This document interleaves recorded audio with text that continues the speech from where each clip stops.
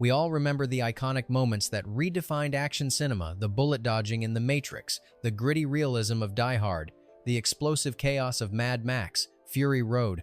These films were designed to shake the foundations of the genre. But what if I told you that some of the most influential action films in history weren't trying to be influential at all? Some were filmed on shoestring budgets, with unknown actors and broken sets. Others were dismissed by studios, critics, or even their own crews labeled as failures before they ever reached the screen. But against all odds, these films didn't just survive, they changed everything. They didn't follow the rules, not because they were rebellious, but because they didn't know the rules to begin with. A first-time director experimenting with camera angles, a stunt gone wrong that stayed in the final cut, an untrained actor who gave a performance so raw, it changed how heroes were written forever. These weren't the products of calculated brilliance.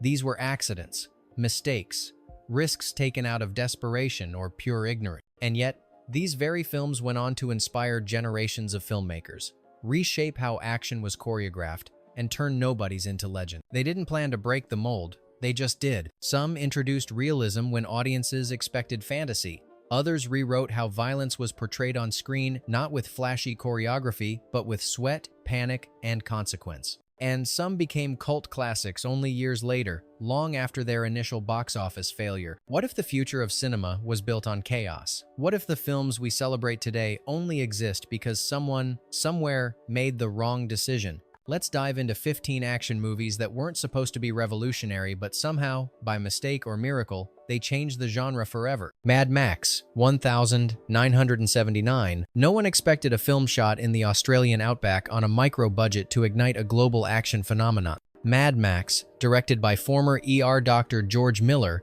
was cobbled together with borrowed equipment, amateur stunt drivers, and a cast of mostly unknowns, including a young Mel Gibson who landed the lead role by accident after showing up at an audition with a black eye. The production was chaos. Cars were rebuilt junkyard wrecks, permits were few, and stunts were shot illegally on open roads. Crew members doubled as extras. And the plot? A grim, nearly wordless revenge tale in a dystopian wasteland. Critics didn't know what to make of it. Some dismissed it as exploitative trash. But the raw, kinetic energy, the brutal car chases, the apocalyptic tone, the unrelenting pace stuck with audiences. It didn't follow Hollywood rules. It made its own. Ironically, this biker flick ended up spawning a franchise, inspiring filmmakers from James Cameron to the Wachowskis. Without meaning to, Mad Max redefined what post-apocalyptic action could be. And it all started with a black eye and a $350,000 gamble. 2.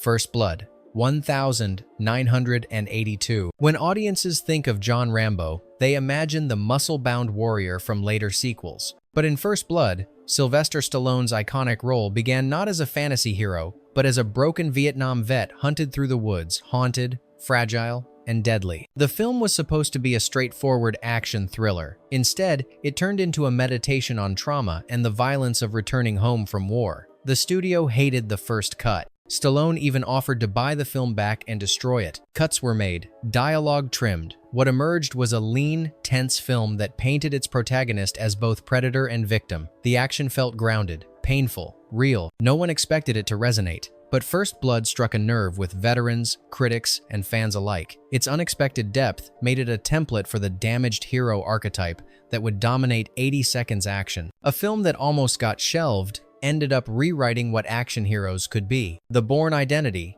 2002. Doug Liman wasn't supposed to direct a spy thriller, and Matt Damon wasn't supposed to become an action star. But The Bourne Identity flipped the espionage genre upside down quietly, almost accidentally. The production was riddled with problems. Damon had just come off critical flops. The studio panicked at Liman's improvisational style and fired his editors. Scenes were rewritten on the fly. Fights were filmed in shaky close-up, not for style, but because they lacked time to choreograph them. Yet that messy aesthetic became its signature. Jason Bourne wasn't a suave Bond clone, he was confused, brutal, efficient. The action was intimate, not explosive, and audiences couldn't look away. Critics didn't expect much, but Bourne's success created a seismic shift. Suddenly, every spy film wanted to look like Bourne. Casino Royale, Taken, even Mission Impossible pivoted. An unpolished experiment became the blueprint for 21st century action. 4. Assault on Precinct 131976. John Carpenter was 28, broke, and virtually unknown when he made Assault on Precinct 13. With a budget of just $100,000, he intended it to be a gritty crime thriller, a loose homage to Rio Bravo. But what he accidentally created was something far more influential. He had no money for big stars or elaborate sets. The precinct was actually a condemned building in LA. The cast?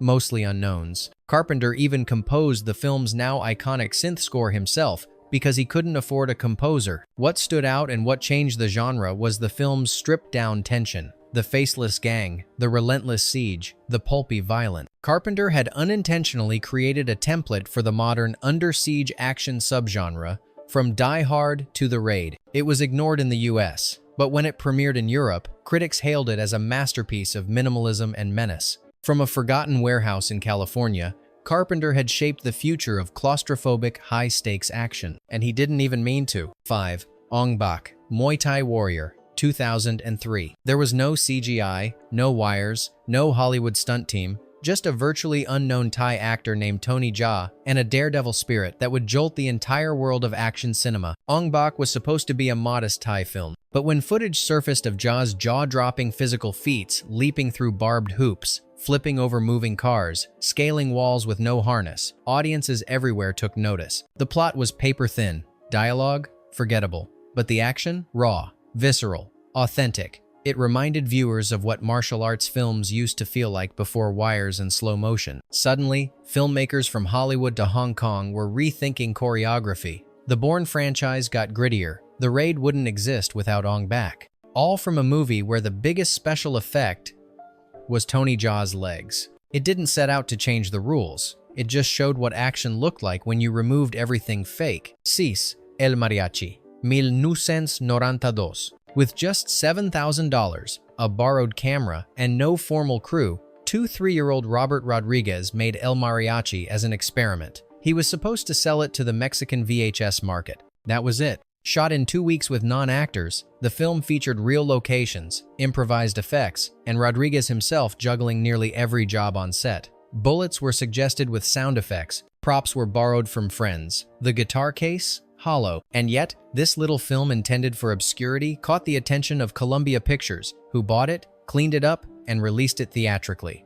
Audiences were stunned. A new voice had emerged. Not polished, but bold. Not traditional, but fearless. El Mariachi didn't just launch Rodriguez's career, it proved that anyone with a camera, a vision, and reckless confidence could make an action film that mattered. What began as a student project ended up redefining indie action for a generation. 7.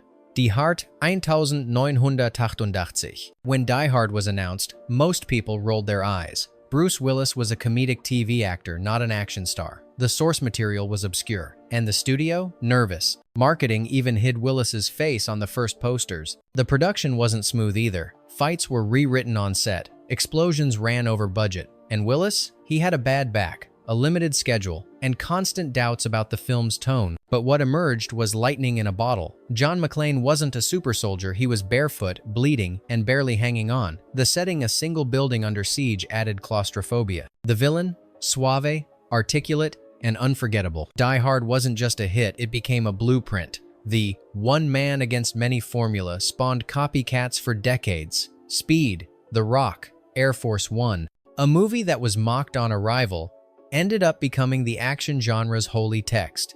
8. The French Connection, 1971. Before this film, car chases in cinema were clean, orchestrated spectacles. But The French Connection, a gritty, semi-documentary style thriller, changed that forever, and it did so almost by accident. Director William Friedkin had no permit for the infamous chase scene under the elevated train in Brooklyn. He filmed it guerrilla style, with real traffic, no road closures, and only one stunt driver. Pedestrians seen dodging the speeding car? They weren't actors. The scene was chaotic, dangerous, uncontrolled.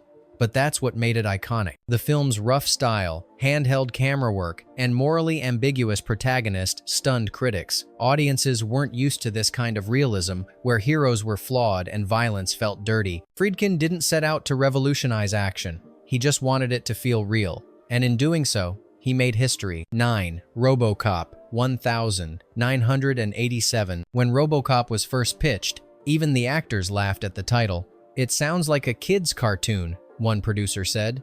And when Paul Verhoeven read the script, he tossed it in the trash. But something strange happened. Verhoeven picked it back up.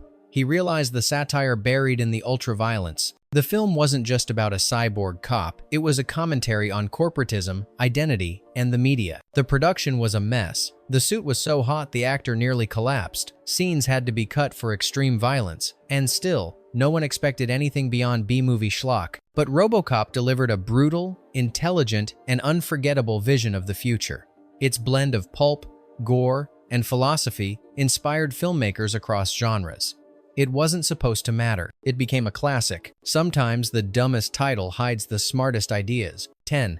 The Matrix 1999. It's hard to believe now, but before its release, The Matrix was a huge risk. The Wachowskis were virtually untested as directors. The studio didn't understand the script. And Keanu Reeves? Coming off a string of flops. The filmmakers pitched philosophy, simulation theory, and kung fu in one package, and no one knew what to expect. The effects budget ballooned. The wire fu and bullet time techniques were untested outside of niche Hong Kong cinema. Even the cast struggled. Carrie-Anne Moss trained so hard she sprained her ankle and kept going. Lawrence Fishburne had no idea what the movie was really about until the premiere. The Matrix wasn't supposed to be a game changer, but its aesthetic trench coats, slow motion, green code rewired how sci-fi and action looked. The fight choreography? Revolutionary. The story? A modern myth that redefined cinematic rebellion. It was a glitch in the system, and it rewrote the system entirely. 11. Taken 2008. Liam Neeson wasn't on anyone's action radar.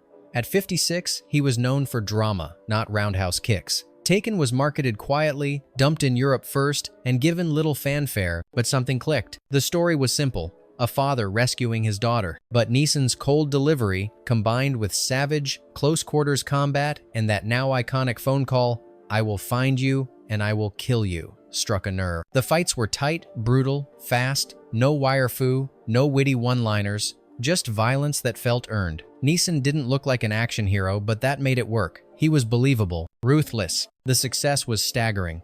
Overnight, Neeson became a late-career action star. More importantly, Taken opened the floodgates for the geriatric action hero trend. John Wick, The Equalizer, even Mission Impossible adjusted its tone. It was never meant to start a movement, but Taken took over. 12. Enter the Dragon 1973. Bruce Lee never got to see his masterpiece become a global sensation. Enter the Dragon was released 6 days after his death, a low-budget US-Hong Kong co-production that almost didn't happen. Warner Brothers was hesitant. Martial arts were still niche. Lee had charm, but they didn't trust him to carry a Western release. Budgets were slashed. Sets were minimal. The script was paper-thin, just enough to string together fight scenes. But Lee's charisma, precision, and presence on screen were undeniable. His style, fluid, fierce, philosophical, mesmerized audiences. The underground fight island plot? Simple, but unforgettable. Enter the Dragon didn't just popularize kung fu,